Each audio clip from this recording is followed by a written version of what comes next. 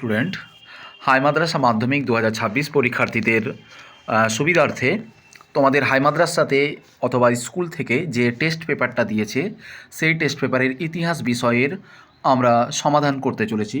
পৃষ্ঠা নম্বর হচ্ছে 354, set number হচ্ছে 3। তো 354 পৃষ্ঠার ইতিহাসের 3 নম্বর সেটের আমরা 100% সঠিক উত্তর দেখব। তো দেখতে থাকো। প্রথমে 13টি এমসিকিউর সঠিক 100% উত্তর। 70 বৎসর গ্রন্থটি লিখেছেন, তাহলে 70 বৎসর এ গ্রন্থটি কে লিখেছেন? এটা হবে বিপিনচন্দ্র পাল। এর সঙ্গে আরেকটা যেটা মনে রাখবে সেটা হচ্ছে যে জীবনের ঝরাপাতা কে লিখেছে? সেটা হচ্ছে সরলা দেবী চৌধুরানী। আর জীবন স্মৃতি কে লিখেছে? এটা হবে রবীন্দ্রনাথ ঠাকুর। পরবর্তী দেখো, তত্ত্ববোধিনী পত্রিকার সম্পাদক ছিলেন অক্ষয় কুমার দত্ত। সর্বধর্ম সমন্বয়ে আদর্শ প্রচার করেছিলেন, এটা হবে শ্রীরামকৃষ্ণ। এখানে আমি যেগুলো প্রশ্ন গোল করে রেখেছি সেগুলো মোস্ট ইম্পর্টেন্ট, তোমরা প্রত্যেকে ভালো করে পড়বে। পরবর্তী, সুইমুন্ডা নেতৃত্ব দিয়েছিল কোল বিদ্রোহে। তোমরা এখানে আরও একটা যেটা মনে রাখবে যে সুইমুন্ডা নেতৃত্ব দিয়েছিল তো কোল বিদ্রোহে, তাহলে সাঁওতাল বিদ্রোহে কে নেতৃত্ব দিয়েছিল? সিধু কানু। আর মুন্ডা বিদ্রোহে কে নেতৃত্ব দিয়েছিল? সেটা হচ্ছে বিরসা মুন্ডা। আর কোল বিদ্রোহটা মনে রাখবে কবে হয়েছিল? 1831। এখানে দেখো, ইতিহাস ভূগোল এগুলো কোয়েশ্চেনগুলো হচ্ছে জিকে, অর্থাৎ এগুলো হচ্ছে স্ট্যাটিক জিকে। শুধুমাত্র একটা পড়লেই হবে না, তুমি বারে বারে পড়ছো। হ্যাঁ, যে কোল বিদ্রোহের নেতৃত্ব দিয়েছিল সুইমুন্ডা, বারে বারে পড়ছো, প্রশ্ন চলে এসছে যে কোল বিদ্রোহ কবে হয়েছিল, তখন কি হবে? তো এর সঙ্গে যেগুলো বেসিক যেগুলো আছে সেগুলোই পড়তে হবে। এবারে আমরা দেখব পরবর্তী কোয়েশ্চেন রয়েছে যে হিন্দু মেলা প্রবর্তন করে, মোস্ট ইম্পর্টেন্ট। তাহলে হিন্দু মেলার প্রবর্তক কে ছিল? এটা হবে নবগোপাল মিত্র। আর এখানে মনে রাখবে আর একটা যেটা হচ্ছে যে হিন্দু মেলার অপর নাম কি? চৈত্র মেলা। আর হিন্দু মেলাটা কবে হয়েছিল? এটা হয়েছিল 1867-তে। প্রথম কোথায় হয়েছিল বলো তো? কলকাতায়। পরবর্তী দেখব যে ভারত মাতা চিত্রটি আঁকেন কে এঁকেছিল? অবনীন্দ্রনাথ ঠাকুর। আর ভারত মাতা চিত্রটির নামকরণ কে দিয়েছিল বলো তো? তখন হবে ভগিনী নিবেদিতা। এগুলো মনে রাখবে। এক্সট্রা যেগুলো বলছি অবশ্যই মনে রাখবে। ভারতের হাফটন প্রিন্টিং পদ্ধতি প্রবর্তন করেন, এটা হবে উপেন্দ্র কিশোর রায়চৌধুরী। আর এই মুদ্রণ শিল্প কারা নিয়ে এসেছিল? এরা নিয়ে এসেছিল পর্তুগিজরা নিয়ে এসেছিল।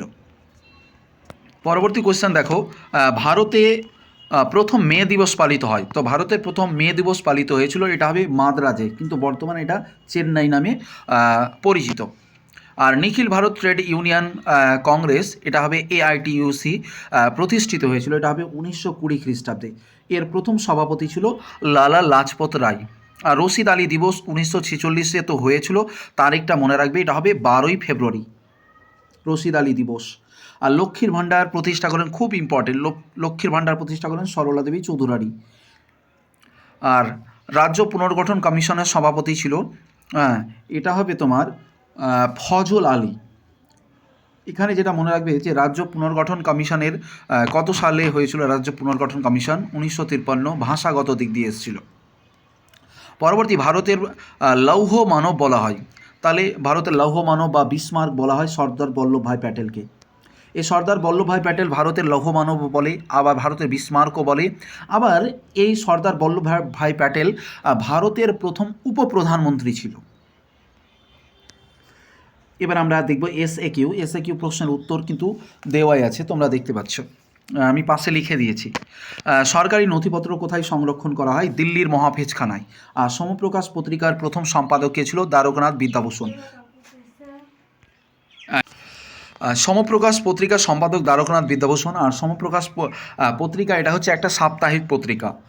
আর ফরাজি আন্দোলনের প্রবর্তক ছিলেন হাজি শরীয়তুল্লাহ। এখান থেকে 3টা প্রশ্ন হবে যে ফরাজি আন্দোলনের প্রবর্তক কে ছিলেন, কে শুরু করেছিল? হাজি শরীয়তুল্লাহ। আর ভারতে ফরাজি আন্দোলন কে নিয়ে এসেছিল? তখন হবে স্যার সৈয়দ আহমেদ। আর ফরাজি আন্দোলন বাংলায় কে নিয়ে এসেছিল? তখন হবে তিতুমির বা মীর নিসার আলী। আর কোন মামলায় ভগৎ সিংয়ের ফাঁসি হয়? এটা হবে লাহোর ষড়যন্ত্র মামলায় ভগৎ সিংয়ের ফাঁসি হয়। এবার আমরা দেখব সত্য মিথ্যা।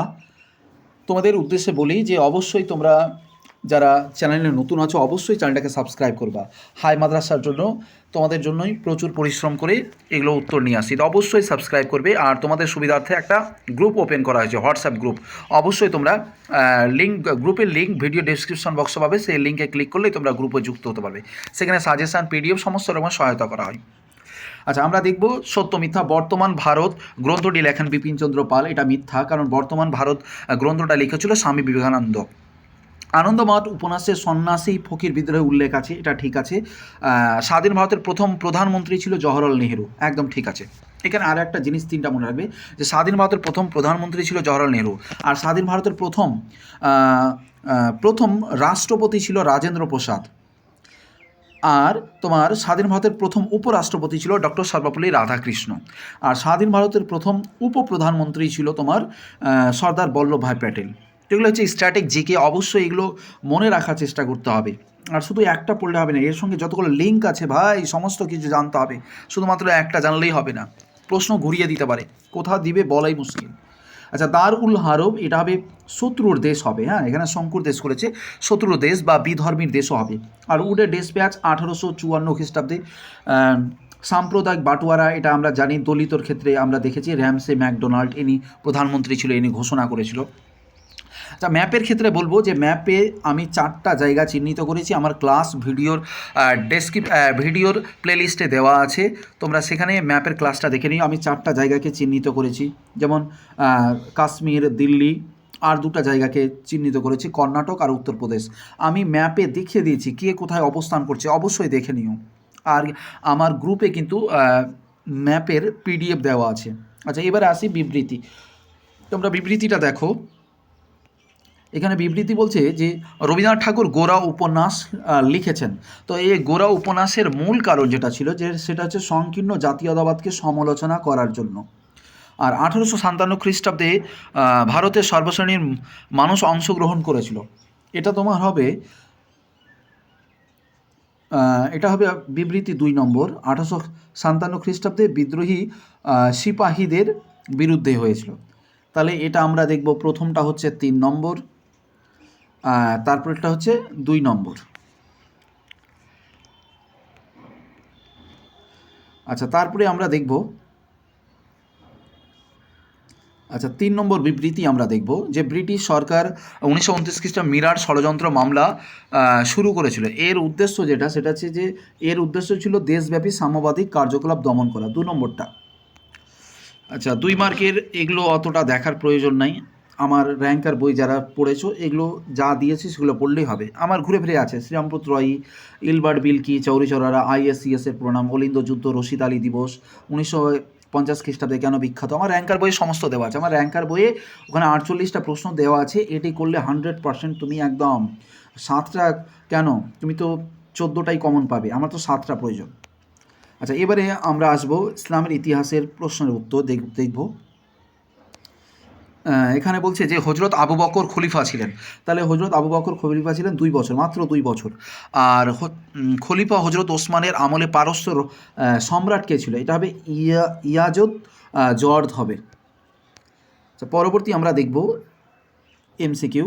আচ্ছা, উমাইয়া যুগের রিয়েল আর্কিটেক্ট কাকে বলে, এটা হবে আব্দুল মালিককে। আর আব্বাসীয় বংশের প্রকৃত প্রতিষ্ঠাতা, এটা হবে আল মানসুর হবে। আর ফাতেমি বংশের শাসন প্রথম শুরু হয়েছিল ইজিপ্টে। এবার এসে কিউটা দেখো, এসে কিউটা হচ্ছে যে রিদ্দার যুদ্ধ কি, এটা হচ্ছে ধর্মত্যাগীদের বিরুদ্ধে যুদ্ধ।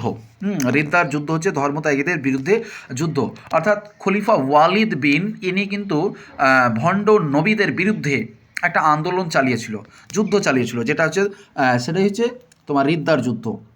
আর পঞ্চম পবিত্র খলিফা কাকে বলা হয়, দ্বিতীয় ওমরকে। আর কত সালে আল মামুন বাইতুল হিকমা প্রতিষ্ঠা করে, 830 সালে। মেসোপটেমিয়ার বর্তমান নাম ইরাক, মোস্ট ইম্পর্টেন্ট। সিরিয়া থেকে দেখবো আমরা দামাস্কাস, আর জিব্রাইল থেকে দেখবো আমরা ফেরেস্তা। যে সত্য মিথ্যার ক্ষেত্রে আমি যেটা বলবো, সত্য মিথ্যা দেখো, যে বাইতুল মাল কথার অর্থ হচ্ছে কোষাগার, একদম সত্য। আর স্পেনের ত্রাণ কথা বলা হয় তৃতীয় আব্দুর রহমানকে, এটাও একদম সত্য। তো আজ এই পর্যন্তই, দেখা হচ্ছে পরবর্তী ক্লাসে। যারা চ্যানেল নতুন আছো অবশ্যই চ্যানেলটাকে সাবস্ক্রাইব করবে, তোমাদের জন্যই আমি নিয়ে আসছি, তোমাদের সহায়তা করার জন্য অবশ্যই তোমরা সাবস্ক্রাইব করবে।